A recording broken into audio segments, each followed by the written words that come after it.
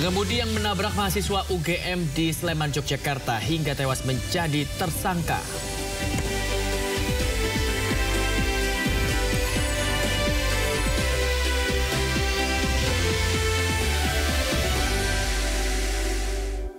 Pemirsa, kita oleh informasi Sindo Today hari ini, banjir rob kembali merendam pemukiman padat penduduk di kawasan Blok Empang Muara Angke, Pluit, Jakarta Utara, Rabu dini hari.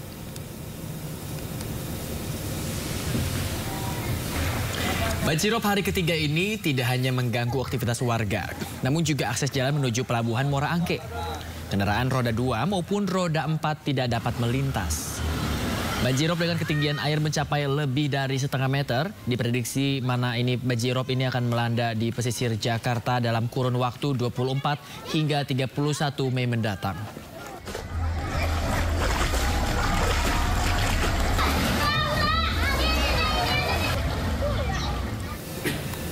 Hujan deras mengakibatkan longsor dan menimpa 4 bangunan rumah di Samarinda, Kalimantan Timur. 6 warga jadi korban reruntuhan bangunan. Dengar suara saya, Bu dia. Sampai ke bawah. Sampai ke bawah banyak jepit kasur. Kita pulang dari sana. Tim SAR gabungan berjibaku menyelamatkan warga yang terhimpit bangunan rumah akibat tanah longsor Selasa siang. Bencana tanah longsor yang menimpa 4 bangunan rumah terjadi di Jalan Gerlia, Gang Keluarga, Kecamatan Sungai Pinang, Kota Samarinda, Kalimantan Timur. 6 warga dikabarkan jadi korban reruntuhan bangunan. Evakuasi berlangsung dramatis. Tim SAR harus berhati-hati lantaran kondisi tanah masih labil yang kemungkinan bisa terjadi longsor susulan. 5 korban berhasil dievakuasi dalam kondisi selamat dan dibawa ke rumah sakit untuk dilakukan perawatan medis. Sementara 1 korban masih dalam pencarian. Hujan yang terjadi di kota Samarinda sejak malam hari yang kemudian mengakibatkan longsor di daerah Jalan Gerilya, Gang Keluarga, Samarinda, Kalimantan Timur. Longsor kemudian menimpa beberapa rumah yang kemudian beberapa warga yang masih berada di dalam rumah kemudian tertimpa bangunan dan reruntuhan dari rumah yang mengalami longsor. Akibat kondisi cuaca yang tak menentu dan tanah yang masih labil, tim SAR memutuskan untuk memberhentikan sementara pencarian korban. Dari Samarinda, Kalimantan Timur, Ardi Wirya, iNews melaporkan. Pemirsa, aksi demonstrasi menuntut pemekaran Provinsi Pulau Sumbawa berujung ricuh lantaran massa menutup akses menuju pelabuhan Pototano, Sumbawa Barat. Aksi saling dorong terjadi antara massa dan petugas yang berjaga. Sekali-kali kalian menindas ahli waris adat. Mundur, cepat. Jangan arahkan petungan. Massa yang tergabung dalam Komite Percepatan Pembentukan Provinsi Pulau Sumbawa, Sumbawa Barat berunjuk rasa demi menuntut pemekaran Provinsi Pulau Sumbawa atau PPS.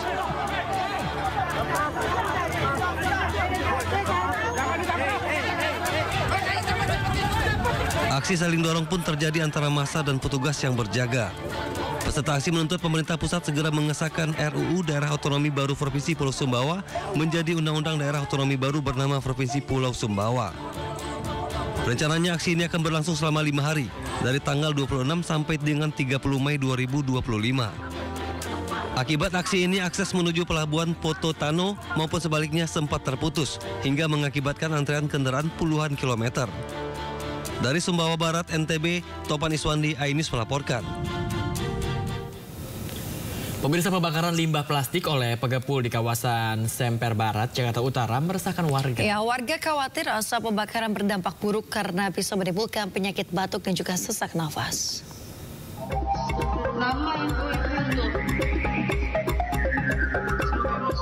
Video amatir merekam pembakaran sampah limbah plastik di kawasan Semper Barat, Cilincing, Jakarta Utara. Video lain merekam asap memenuhi ruangan rusun yang lokasinya berdekatan dengan area pembakaran sampah. Kejadian ini membuat warga sekitar resah lantaran kerap sesak nafas dan batuk. Dari keterangan warga, pembakaran sampah limbah plastik ini sudah sering dilakukan oleh pengepul. Batu semua di lantai, maka pada tutup pintu, pada tutup jendela. Hingga saat ini sempat ada asap juga beberapa hari ini. Pokoknya semalam masih ada. Semalam masih ada. Setelah diituin, bilang dibantu untuk penanganannya, biar di lantai kita nih anak-anak nggak pada banyak kena batuk ya, bilang. Warga sudah protes ke pengepul limbah plastik itu, bahkan sudah melaporkannya ke pihak lurahan kecamatan setempat, namun belum ada tindak lanjut. Dari Jakarta, Sofyan Firdaus, iNews melaporkan. Pemirsa, ribuan pencari kerja mendatangi bursa pencarian kerja yang digelar di kawasan Cikarang Utara, Kabupaten Bekasi, Jawa Barat. Yang membludaknya pencari kerja membuat sejumlah pelamar kerja berdesak-desakan hingga pingsan.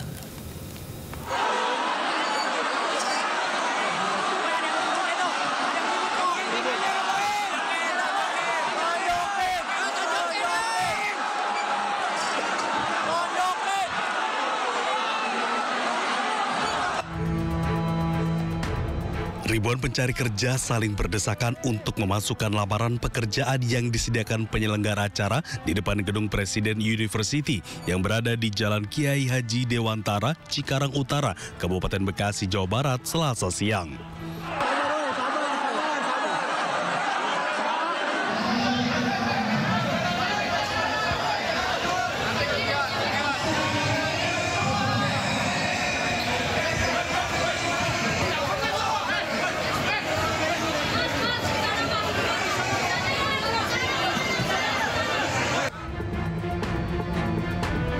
Minimnya pengamanan dari panitia membuat ribuan pencari kerja jatuh pingsan. Selain itu, beberapa pekerja sempat saling adu mulut dan nyaris terjadi kericuhan antar pencari kerja.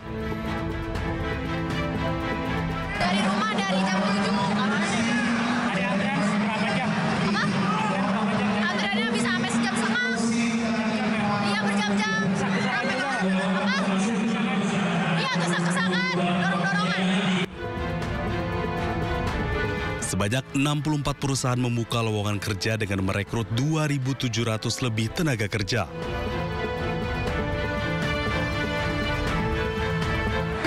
Tapi antusias ini untuk masyarakat Kabupaten Bekasi mendaftar untuk mendapatkan kerja. Ya, artinya di sini adalah beban moral juga bagi kami pemerintahan Kabupaten Bekasi yang memang di kloter pertama ini kita membuka 2.000 lebih, yang datang 25.000.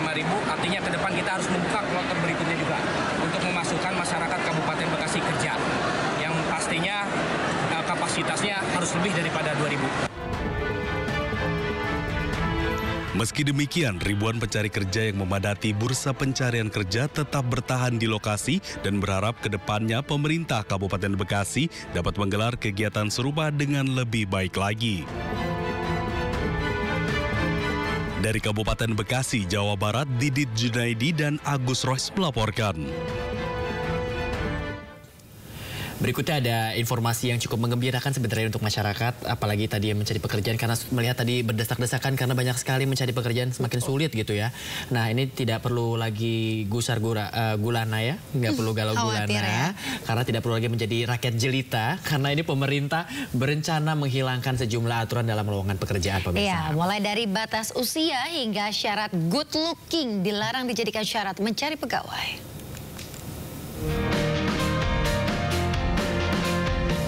Sulitnya mencari pekerjaan menjadi perhatian pemerintah. Sejumlah aturan pun dibuat untuk mempermudah rakyat dalam mendapatkan pekerjaan yang sesuai. Kementerian Ketenagakerjaan pun meminta perusahaan-perusahaan untuk menghapus syarat batas usia hingga berpenampilan menarik dalam mencari pegawai baru. Jadi nanti para pencari kerja tidak lagi disyaratkan terkait umur. Umur nanti kita akan hapus. Kedua, soal syarat harus good looking dan sebagainya, itu juga tidak ada. Kemudian umur tidak ada juga. Kemudian pertanyaan-pertanyaan yang menjadi syarat soal udah nikah, belum nikah, itu kita hapus. Penghapusan syarat usia dalam lowongan pekerjaan diharapkan bisa mengurangi jumlah pengangguran di Indonesia. Lantaran hingga bulan Februari 2025, Badan Pusat Statistik mencatat jumlah pengangguran di Indonesia mencapai 7,28 juta orang. Tim Liputan iNews melaporkan. Pemirsa, di tengah sulitnya mencari pekerjaan, Presiden Prabowo Subianto bersiap meluncurkan 6 paket bantuan pemerintah. Ya, bantuan tidak hanya berupa potongan harga pemirsa, tetapi juga tambahan alokasi bansos. Dan pemirsa, berikut daftar paket bantuan dari pemerintah.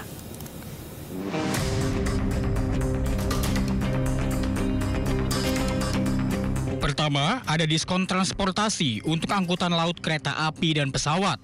Rencananya diskon akan diterapkan selama bulan Juni hingga Juli 2025. Kemudian pada bulan Juni dan Juli, pemerintah juga menerapkan potongan tarif tol di sejumlah jalur dengan target 110 juta pengendara. Tak hanya itu, 79,3 juta rumah tangga dengan daya di bawah 1.300 volt ampere akan mendapatkan diskon 50%. Diskon ini akan berlaku selama bulan Juni hingga Juli 2025. Pemerintah juga akan menambahkan alokasi bansos. Kartu sembako hingga bantuan pangan akan diberikan bagi 18,3 keluarga penerima bantuan. Kemudian Presiden juga janjikan akan memberikan bantuan berupa subsidi upah bagi pekerja dengan gaji di bawah 3,5 juta atau di bawah UMP. Tak hanya itu, bantuan subsidi upah juga menyasar guru honorer. Terakhir, ada diskon iuran jaminan kecelakaan kerja.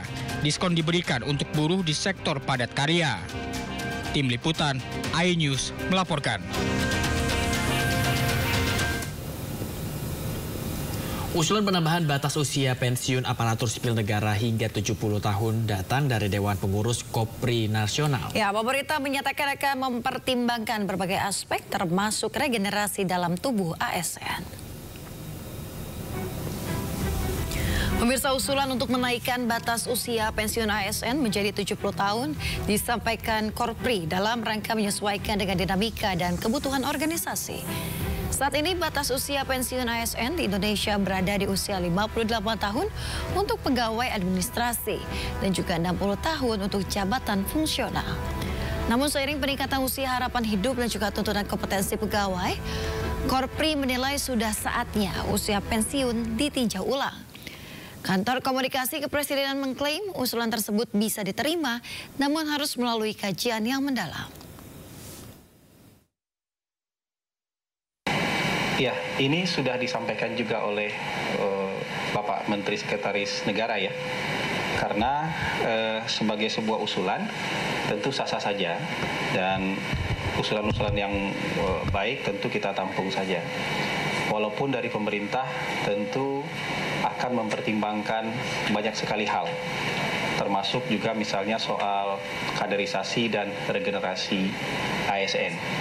Dan ke depan tentu kan pemerintah harus mempersiapkan generasi-generasi baru ASN yang mumpuni yang akan memimpin dan mengurus negara ini. Saran kita juga Korpri berkonsultasi dengan Menpan RB dan Menteri Dalam Negeri dalam kapasitas mereka sebagai Dewan Penasehat Korpri. Pemirsa, puluhan balita dan ibu hamil di Buton, Sulawesi Tenggara dilarikan ke puskesmas diduga keracunan makanan dalam kegiatan pemberian makanan tambahan atau PMT lokal. Total ada 47 orang pasien yang harus dirawat di puskesmas.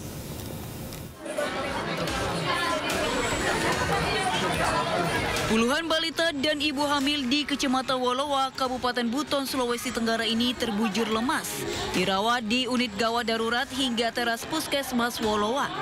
Mereka mengalami pusing, muntah hingga diare. Diduga balita dan ibu hamil ini keracunan setelah menyantap makanan dalam kegiatan pemberian makanan tambahan atau PMT lokal yang diberikan puskesmas Wolowa Senin siang. Makanan yang diberikan berupa bubur, ayam, telur, pisang, dan kerupuk. Total 47 orang pasien dirawat di puskesmas. 9 orang terdiri dari 1 ibu hamil dan 8 balita dirujuk ke RSUD Kabupaten Buton. Tadi jam 10 kan dia hanya makan telur, pisang sama kerupuk. Tapi ada 2 sendok katanya dia rasa, dan dia tidak suka lagi. Dia sudah rasa-rasa tidak minta. Kondisi terakhir saat ini ke-9 pasien itu sudah stabil semuanya. 2 saat ini lagi dirawat di ruang perawatan anak, kondisinya baru saja saya lihat dan stabil. Kemudian 6 masih diobservasi di ruang gawat darurat. Dan 1 lagi pasien anak umur 1,3 tahun itu sementara dirawat di ICU. Sebagian korban masih dirawat di Puskesmas dan RSUD Buton, sedangkan beberapa pasien yang kondisinya membaik sudah dipulangkan. Sementara kasus keracunan massal ini masih ditangani pihak kepolisian dan Sidokes Polres Buton. Dari Kabupaten Buton, Sulawesi Tenggara, Andi Eba, iNews melaporkan. Dianggap pelanggar Undang-Undang Jaminan Produk Halal, rumah makan ayam goreng Widuran di Solo, Jawa Tengah dilaporkan ke polisi. Meski tidak berasal dari konsumen langsung, pemirsa, laporan ini didasarkan pada sejumlah kesaksian masyarakat yang merasa tertipu. Laporan warga ini karena dianggap melanggar beberapa peraturan yakni Undang-Undang Jaminan Produk Halal, Undang-Undang Perlindungan Konsumen. Karenanya warung ini dianggap melakukan penipuan publik terkait kandungan makanan non-halal.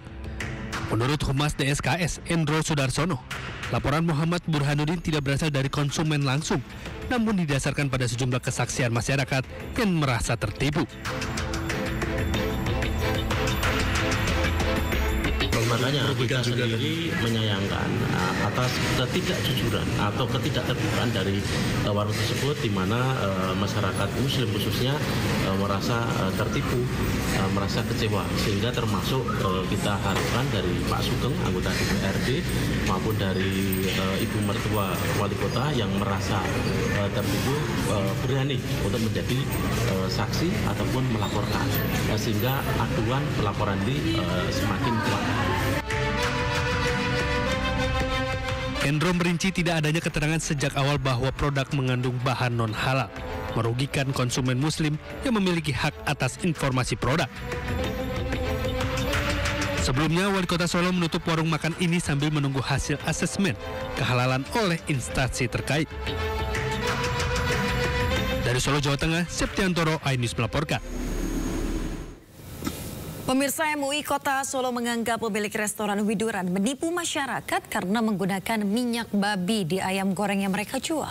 Ya, MUI meminta penjual terbuka jika memang produk yang dijual tidak halal agar tidak merugikan masyarakat.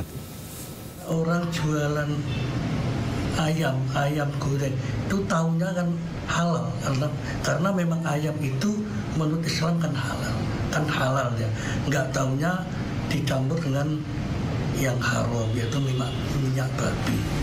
Jadi ya akhirnya ayam yang seharusnya halal menjadi haram. Nah ini yang ada unsur penipuan, nggak jujur. Kami sangat menyesalkan usaha yang seperti itu, kuliner tapi tidak jujur, karena merugikan. Pemerintah melalui Kementerian Agama gelar sidang isbat guna menetapkan Idul Adha 2025. Berdasarkan hasil sidang isbat yang digelar Selasa malam, Idul Adha jatuh pada Jumat 6 Juni 2025. Kita bisa menyimpulkan bahwa tanggal 1 Zulhijjah jatuh pada hari Rabu tanggal 28 Mei 2025. Sehingga 10 Zulhijjah atau nanti Idul Adha bertepatan dengan hari Jumat tanggal 6 Juni 2025. Ya, demikianlah hasil sidang isbat yang baru saja kita laksanakan dan disepakati bersama. Ya, pemirsa, sebelumnya pimpinan Pusat Muhammadiyah telah menetapkan Hari Raya Idul Adha jatuh pada Jumat 6 Juni 2025. Muhammadiyah sudah menetapkan bahwasannya pelaksanaan Hari Raya Idul Adha itu jatuh pada hari Jumat tanggal 6 Juni 2025 dan puasa Arafahnya hari Kamis tanggal 5 Juni. Kalau kita bicara Idul Adha, pemirsa, tidak jauh dari hewan kurban. Nah, ternyata pemirsa, sapi jumbo jenis simental dengan bobot 1 ton lebih dipilih menjadi sapi kurban Presiden Prabowo. Ya, sapi ini pemirsa dibeli dari sebuah peternakan di kawasan Gunung Putri, Bogor, Jawa Barat.